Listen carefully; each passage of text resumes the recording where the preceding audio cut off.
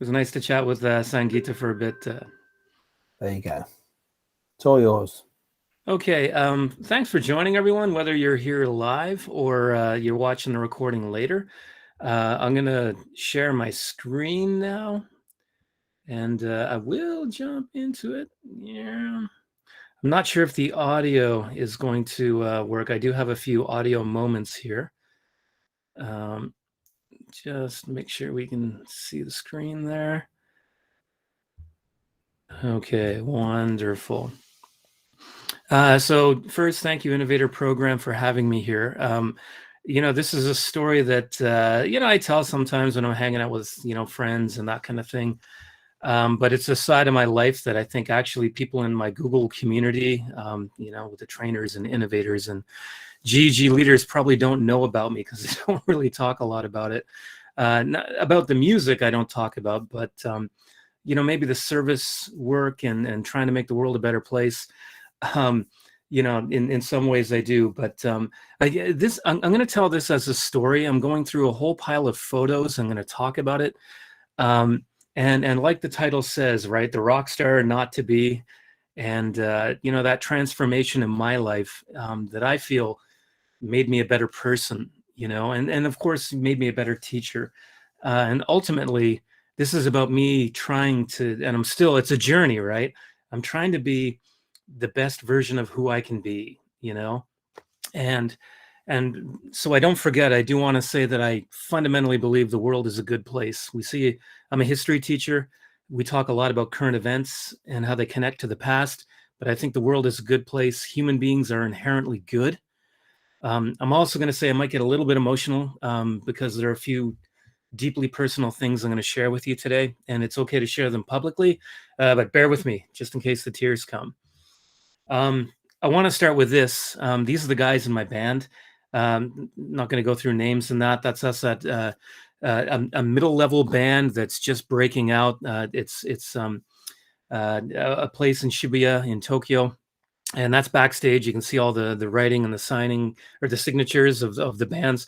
We just thought that would be kind of a cool photo. A lot of these photos are going to be a bit skewed as well because I put the background feature in for the slides. But in reality, this is us. We're a bunch of idiots.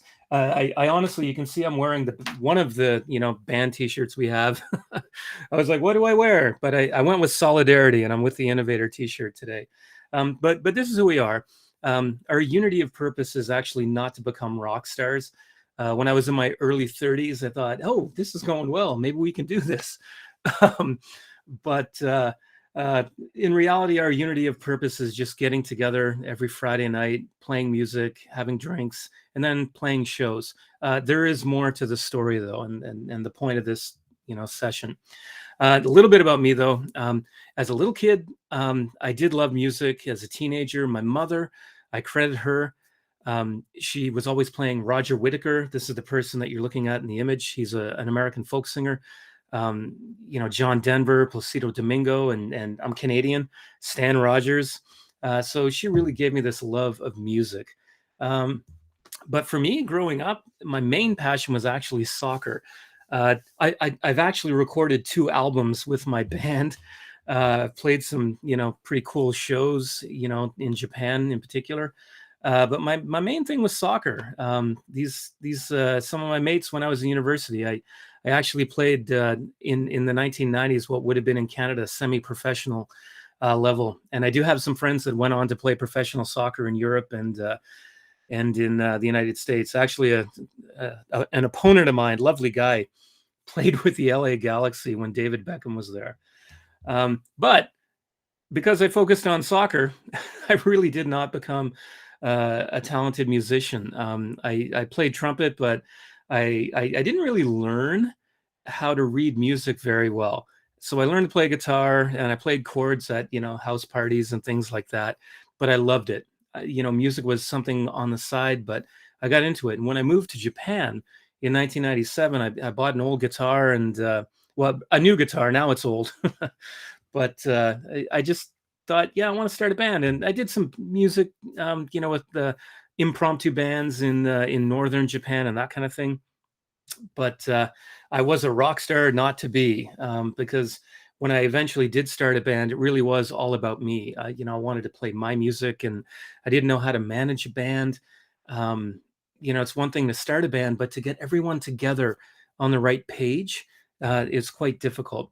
And I might be talking for a long time here, so Andy, please jump in and cut me off please give me a 5-minute warning. So this is the very first show we ever played. So you can see I'm a little bit younger there. We actually went to a rehearsal and rehearsed for 3 hours, and then we were looking for a venue, and the venue was an old Irish pub, but it was closed down. It was bought by this Nigerian guy named Mark, and he was just a lovely guy. The guy in the photo is actually not Mark. I don't have a lot of photos from that night, but the point that I want to make is that we went down into this basement and we walked in, and this new bar called Freedom Bar. It was like an African expat hangout. And there were all these African men and women standing there, and there was like 3 white guys and a Japanese guy, and they looked at us, and it was kind of like, you guys are lost, right? But I talked to Mark, the owner, and he just said, hey, if you want to play, play. We only had 6 songs at the time, right? 6 original songs. So we're on the stage, we set everything up. It was kind of crazy. And I'd be saying to the guys, okay, I know All Along the Watchtower, 4 chords, these ones, can we do it? Yeah, let's go. And in the night, that night just became magic. It was amazing. And then we made new friends, and we kept going back to that place, playing every once in a while, and meeting people from Africa that I didn't really have much of an opportunity to. They were telling me, what's life like in Senegal or in Nigeria or Kenya and that kind of thing. It was a really great learning opportunity. So as time goes on, you saw these guys in the band, bands change, people come and go. But I took that passion where I started building confidence as a musician, even though I still couldn't read music. I still to this day can't actually read music. I can read a C scale, but I'm not very technically good. But at my schools, I started music clubs, and I wanted kids to get the opportunity to, learn to play an instrument, get on stage together, be nervous, be scared, just like I was, and feel like a rock star. And so I get a bit emotional here because some of these kids in the photos, they're all in their mid-30s now, and they've invited me to weddings, and we get together maybe once every 5 years when everyone's in Tokyo. I live in Nagoya now, but I spent 18 years in Tokyo. Um, and to have that impact, just giving kids an opportunity to not be good at something, but I want to try it and help them to get over that nervousness and take those risks. Some of the best days of my life was watching these kids grow. But we also grow as individuals, right? This person in the background is one of my closest friends in the world. He's from Pennsylvania, and I remember him telling me, like, "Hey, Nate, you gotta relax a little bit. You're trying to be, perfect and this and that. And sometimes we need friends to tell us, you're trying to do it all, and you're trying to be perfect at it. Don't worry about it. Just relax." And that really changed my approach, not only to music, but also my teaching. Yeah, I can't put my expectations that I have for myself on other people. And I wanted to be sure I put him in there. And also offbeat photography. My journey of being an indie musician in Japan, I've met photographers and artists and so many people we've worked with for events, music events where there's artwork on the wall and we promote that. And photographers are there taking photos of the band, and we can say, hey, thank you, Alex or whoever's taking the photos. So we started getting a little bit more serious. You can see here, I got we started getting band t-shirts. I'm on my old flip phone, so this is a while ago. It's probably talking to Yuka, my partner. I love this photo. As you can see, members in the band kind of changed a little bit. That's the way it goes. But, it just, rockstar wannabe kind of thing. And we played some pretty cool venues. You got the lights, the smoke, and things like that. Even Hard Rock cafes in Japan don't have stages, but they'd have special events. And I want to point out, you notice now, different drummer, different bassist. Managing a band is difficult, and something I learned is that, if we're doing anything, not just music, we have to have a unity of purpose, and being a leader, we have to help guide people, but not tell them what to do. We have to be a team, right? Just another image here, people backstage. We got this idea of rock stars in videos where they have the big dressing room, but really you'll have like about 20 different musicians from 4 or 5 different bands in the back, and you get to meet really interesting people and have a lot of fun, and they help teach you a lot of things too. But this is where that transformation really begins. At that point, I think I was becoming a better leader, but in 2011, there was an earthquake in Japan. I, I, I hesitate to share these photos, but they're going to make my point. For about 6 months, every second week, I was driving from Tokyo to, the Tohoku region, in particular Miyagi, and volunteering, basically cleaning mud out of people's homes. Um, you know, just trying to do something, right? Not just send money. And this was life-changing for me. This photo I chose because this I lived in Tohoku for 3 years, by the way, and these photos come from places that I had actually been to before the earthquake. And this is somebody's home, right? Sorry, I'm getting a bit emotional here. And their lives were completely changed. My life was changed just by volunteering. Our school was bringing kids up and teachers up, and we were driving in our own vans every other weekend when the school didn't go up. And I remember this day, in the background here, we're outside a center where people were living in a gymnasium, right? Imagine going from a 2-story house to living in a cardboard box with your family, with about 100, well, maybe not 100, but dozens of other families in a cardboard box. And they're relying on people in a food line. So, when we go up, one of my things was, hey, can you play some music when people are waiting in line? So I learned a lot of Beatles songs and things like that. And this guy, I don't know him on the day. He was there volunteering. He had a guitar in his car, and he said, "Yeah, let's play some music." And it was nice to feel that even though I'm not a great musician, I can play some simple songs that people know, and it gives a bit of background while they're in line trying to get, food because their lives have been completely destroyed, right? And I love this image. It says "Gambaro Tohoku." Good luck. We can do it. Sorry.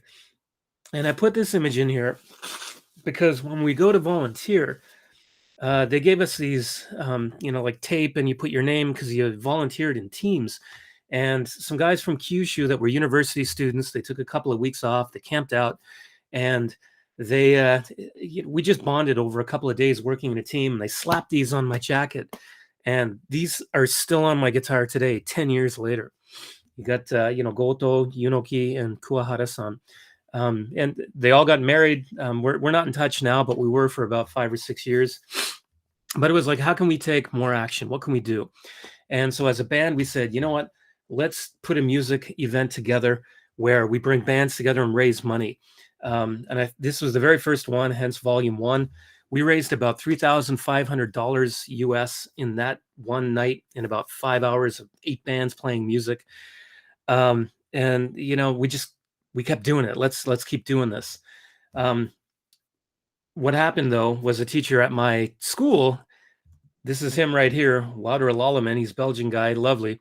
He said, let's get all the teachers at international schools to do one, and we'll call it, Teachers for Tohoku. And I was like, that's a great idea. And that's a learning thing too. It's like, it was his idea, not mine, but I had the contacts of the venues and the bands and all that. And so we did it, and we kept doing it, and we kept doing it. I don't think I'm going to play this song here. Well, maybe I'll play it and talk a little bit, but so my own band, we said, let's, I wrote a song for my own healing, because I really was frustrated with, what was going on in Tohoku, and even the Japanese government still trying to go with the Olympics. And so we wrote a song, we put it on iTunes to raise money. And we didn't raise a lot of money, a couple $100, but that means a couple of 100 people bought it. So anyway, moving along, we did do our own things. We released an album and had some fun parties and things like that.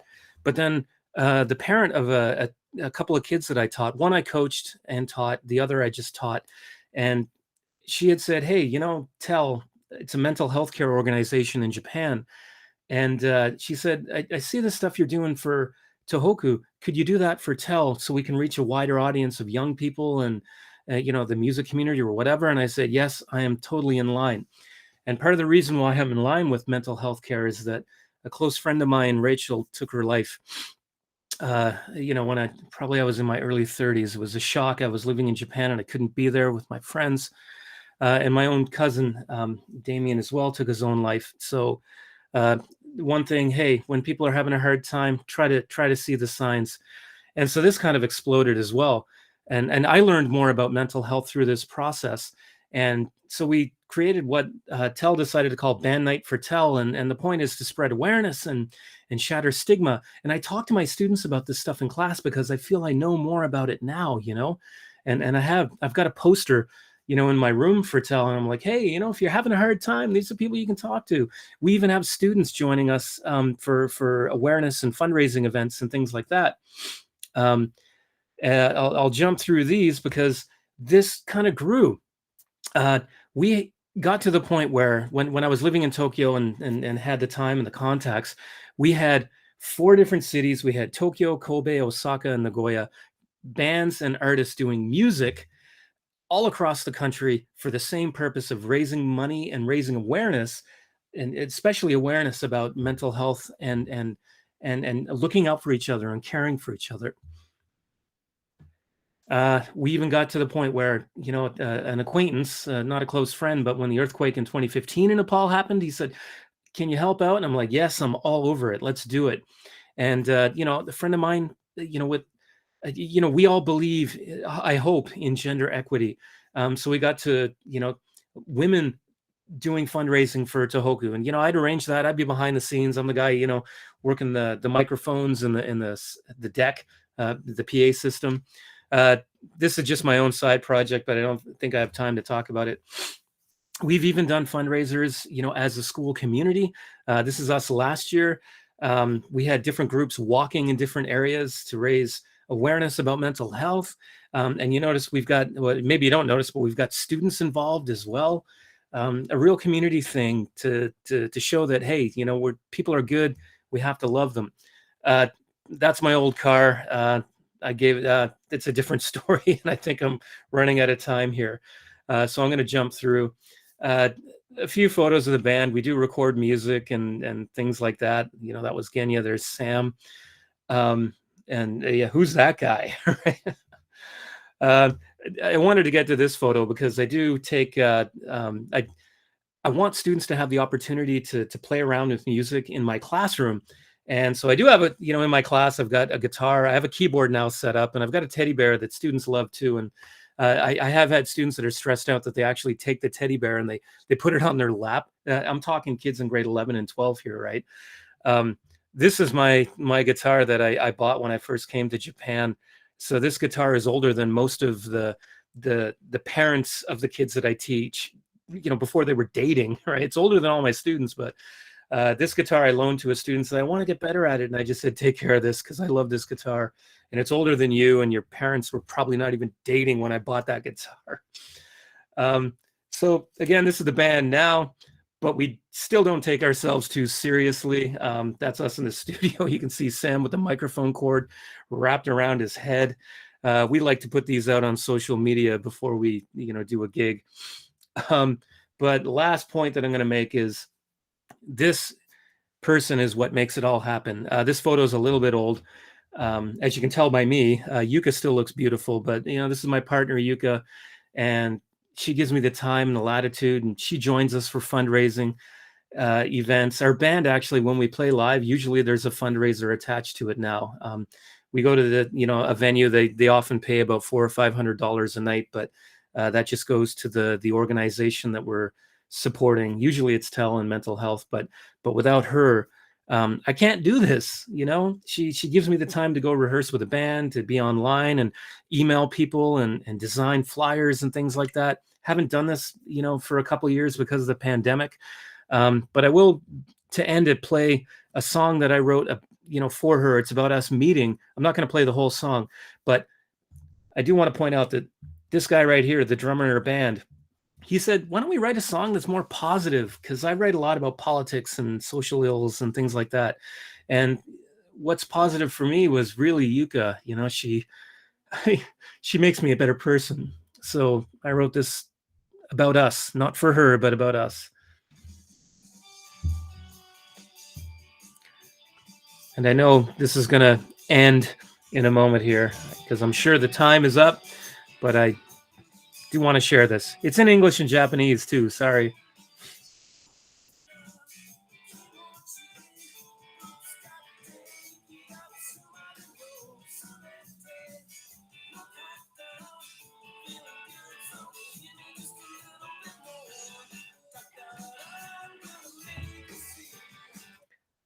Okay, and I'm going to stop sharing my screen here because I'm pretty sure time is up.